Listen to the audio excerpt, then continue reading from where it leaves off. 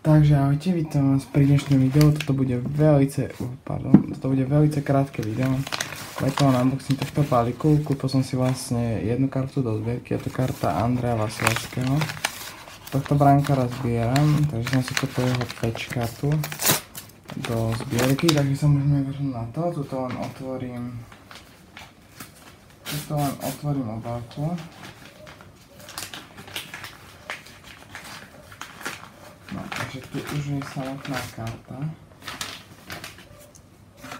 Krásne zabalená. Čo sa mi jedne neľúbi, že je použitá lepiaca paska, ktorá ide ťažko dole, ale ináč je to v poriadku. Ja to dám dole, tú lepiacu pasku sa vám ozvem.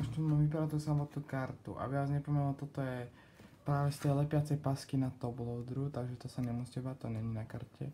Je to na top loaderu, je to takáto karta. Je to Next Gear Patch z roku 2021-2022